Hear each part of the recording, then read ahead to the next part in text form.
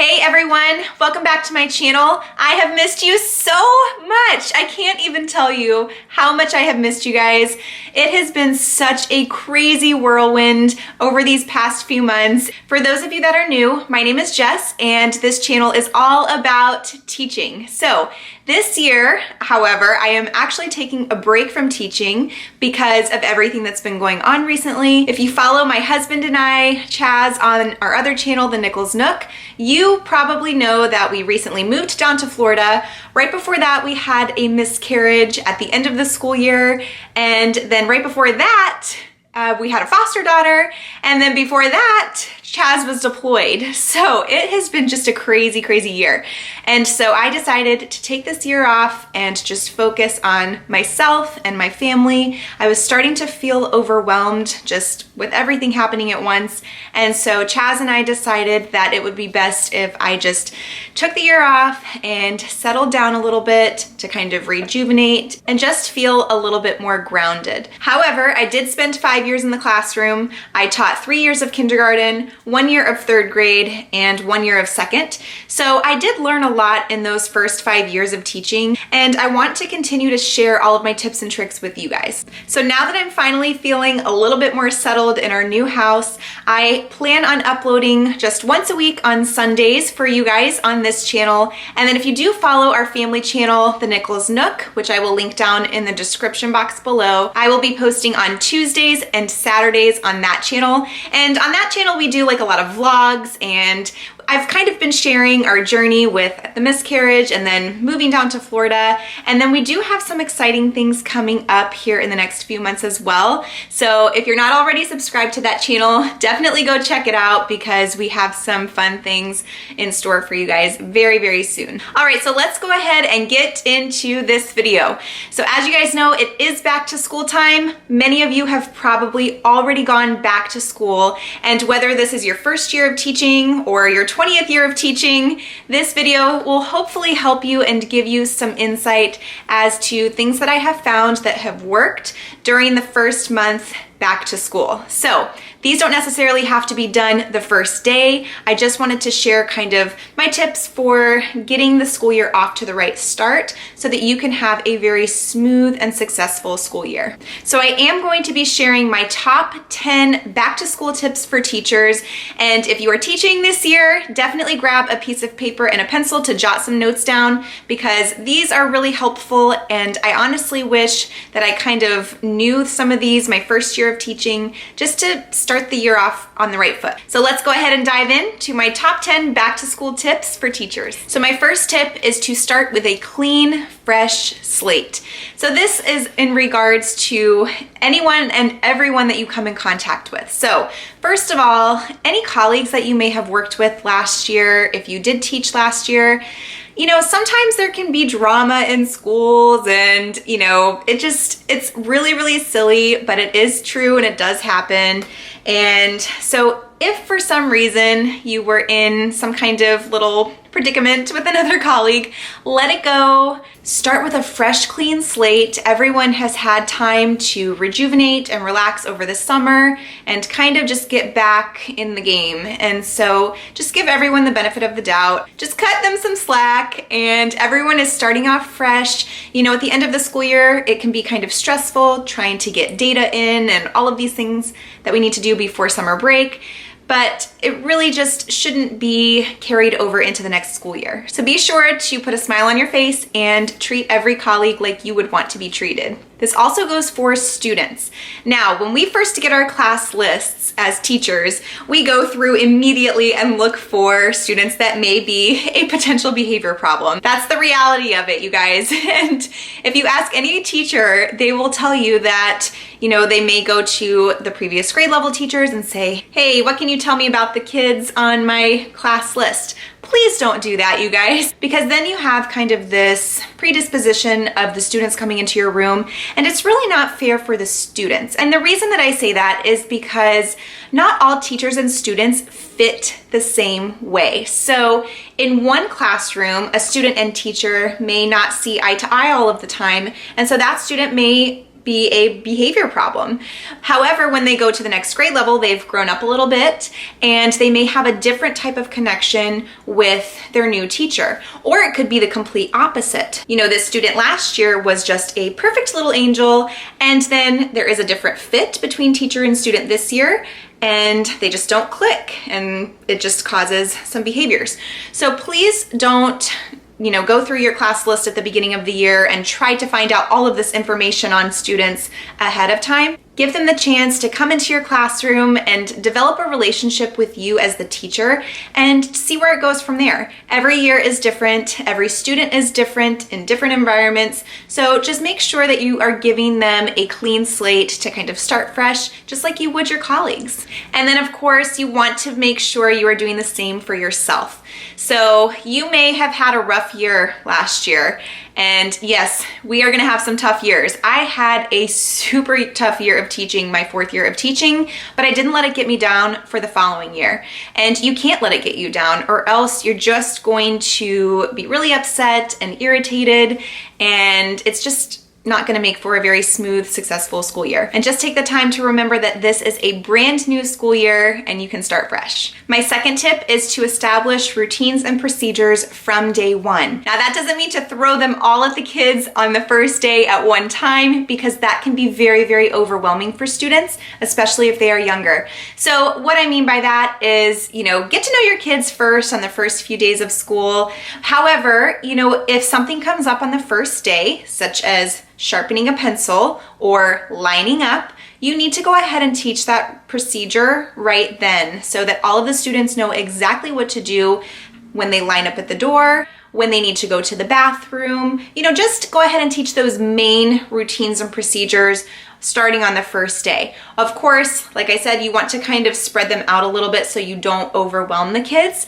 But when something comes up, say a student raises their hand and says, "Can I go to the bathroom?" then you need to use that as a teachable moment and show the rest of the students, okay, boys and girls, this is what you do when you need to use the bathroom. And whatever procedure you have in place for that, which you need to have one ahead of time, hopefully you do, but go ahead and model that for the students so that they can see exactly what they are supposed to be doing from the first day of school. Number 3, going along with this, is to teach your expectations. So you don't want to scare the kids when they first come in, especially in the primary grades. It should still be a very loving and inviting environment for your kids. However, one of the things that I like to do during the first week or so of school is to teach the students the rules and/or expectations. So a lot of schools have school expectations, which need to be taught, and then you also need to teach your own personal classroom rules and expectations. Some teachers even have their students help them come up with the rules. So depending on your class or your teaching style, that's definitely an option for you. So my number 1 tip with this is that there really should be no surprises. Students have the right to know what will happen as a consequence if they don't meet an expectation. And all of the consequences should be logical. They should match up with what the misbehavior was. So just keep that in mind when you are teaching your rules and expectations. Number 4, you want to make sure your students feel comfortable in your classroom. So first of all, make sure that your classroom is, again, a very inviting environment for students. Kids love flexible seating options like bean bags and butterfly chairs and rugs. Also be sure to greet your kids every day, whether that's just saying good morning so-and-so or giving them a high five. If they like hugs, go ahead and give them a hug. We love to do morning meetings in my classroom, and so anything like that will help your students to feel like they are part of that classroom family, and they will ultimately perform better academically because you are making them feel at home and cozy, so they will be able to focus better on their learning. Number 5, I would recommend that you have a system for everything. Now with this, I am talking about things like filing papers and more on the teacher side of it. You need to make sure that you have a system for grading, a system for filing papers, all of those things that you don't really think about at first. You need to go ahead and have that that set up pretty early on so that you don't get overwhelmed by paperwork or things that you need to do as the teacher. This also might include how you store your materials, what system you use for lesson planning. All of those things need to be organized from the beginning of the school year so that you don't get overwhelmed. Number 6 is to develop a relationship with your students' parents and families. So this could be, giving a phone call home during the first week of school sometime just to say, hey, I've really enjoyed having your child in my class, and then maybe say something positive that that student has done in your classroom during the first week of school and how happy you are to have them in your classroom this year. You also want to make sure that you are communicating with your parents on a regular basis. So really, again, whatever works for you is completely fine. This could be daily behavior charts. This could be a weekly communication, maybe in a folder, or maybe you just give a phone call home once a month or once a semester just to kind of reach out to the parents and say, hey, your child's doing really great in this. They could be working on this a little bit more at home. So just to kind of keep parents in the loop and to let them know that you really do care about their child and their child's learning, and not just their child's learning, but just the whole child. One of the things I love to do is to get parents involved in my classroom. So I love having parent volunteers. Again, you want to have a system for this and organize it. I usually send home a volunteer calendar with my volunteers to kind of split up the duties a little bit. And that way, I don't have to think about when a volunteer is coming. I already know ahead of time who's coming on what day and what they will be helping with. So that is super helpful. Developing a relationship with the families could also mean going to some out-of-school activities. So I have personally been to a couple of flag football games and soccer games of my students. And when I show up, they are so cute. They just can't believe that their teacher is there watching them outside of the classroom, so it's really fun, and the parents really love it. They see that you are really invested in their child, and it's just such a cool feeling as the teacher to be involved outside of school. Number 7 is to set aside specific time to get done what you need to get done at the end of the school day, whether that is to grade papers or clean up your classroom. You need to set aside even 15 minutes a day just to get that done, because if not, your papers will build up like mine did. So take this tip very seriously, because it is so easy to start drowning in papers if you don't do this. Definitely try to get that done before you leave the classroom. Number 8 is to have an established morning routine. Now, kind of going back to the routines and procedures, the kids need to know what they need to do as soon as they walk into your classroom. One of the things that I have done for the past couple of years is I have my students get started on morning work right away. Because when they come into the classroom, if you don't have morning work ready for them, or if they don't have a morning work notebook, then you are stuck, with all of these kids surrounding you in the morning, trying to tell you all about their night that they had last night and their dinner, and I want to know all of that, but we can do that during morning meeting. So I would suggest having your kids come in, get started right on their morning work. If they eat breakfast while they do that, that's completely fine as long as they're working. During this time, I would usually take attendance and collect lunch money and things like that. My classroom in the morning would be so quiet and peaceful, you guys. It was amazing. It was amazing because, of course, the rest of the day isn't like that, especially in the primary grades, which is fine.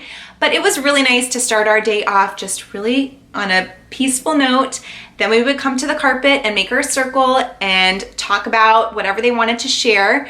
And that's when they were able to get that kind of stuff out, when they could actually share and talk about what they wanted to tell me. So make sure you have some kind of morning routine that works for you in your classroom, but I would suggest having some kind of morning work or bell work that the kids can start on right away.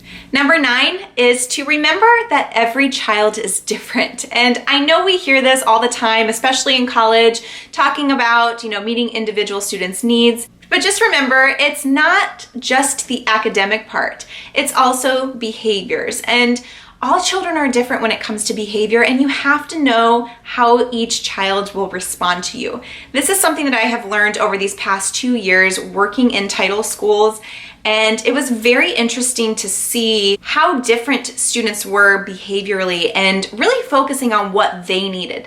Some students needed, individualized behavior plans like punch cards, and some of the kids that were on those behavior plans, it didn't work for, and we had to figure something else out. In my last classroom in 2nd grade, I had a calm down area that all of the students could really use, but it was mainly for 2 specific students because that is what worked for them. And if these students didn't use this calm down area and play with kinetic sand over there or whatever I had them do, then they would run. I had 2 runners last year and they would run outside around the school. So you really have to learn who your kids are and how they respond. You may be able to be very strict and have a firm voice with one student, and another student just may need a hug or a high five or just some kind of connection with you to be able to talk about what the issue is and to resolve it. So just keep that in mind when you are using discipline in your classroom, because all students are different, not just academically, but behaviorally as well. And number 10, which is my absolute favorite, please, please, please smile. You are a teacher. You could be the only positive adult in that student's life, and it is your job to make them feel loved and important. And just remember that these are children that you're working with, and they need someone to believe in them. I personally know that it's hard to deal with struggles outside of school while trying to be in the classroom and be this fun, happy teacher for your kids. I dealt with that last year. I mean, every morning before school I was crying when I was going through a miscarriage, and for 6 weeks my body didn't realize that I was miscarrying. So for those 6 weeks with my students, I was miserable. But do you think that I let it get to me in my classroom? Absolutely not.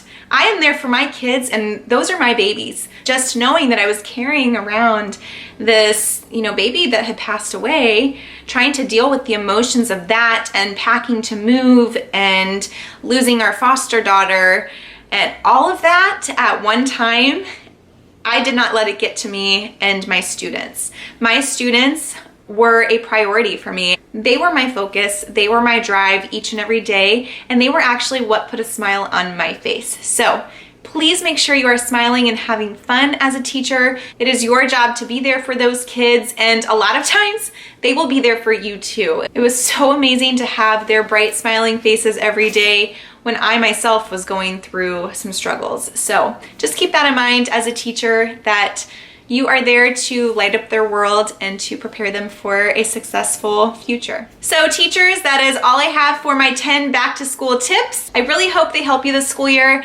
Again, I'm so happy to be back, and I'm finally feeling just kind of relieved, and I'm really actually enjoying not having to set up for back to school this year. I'm not gonna lie. I have just been able to kind of relax a little bit. And again, if you don't follow our other channel, I share a lot more about my personal life on there. So definitely go check it out. Can't wait to see you guys next time. Bye.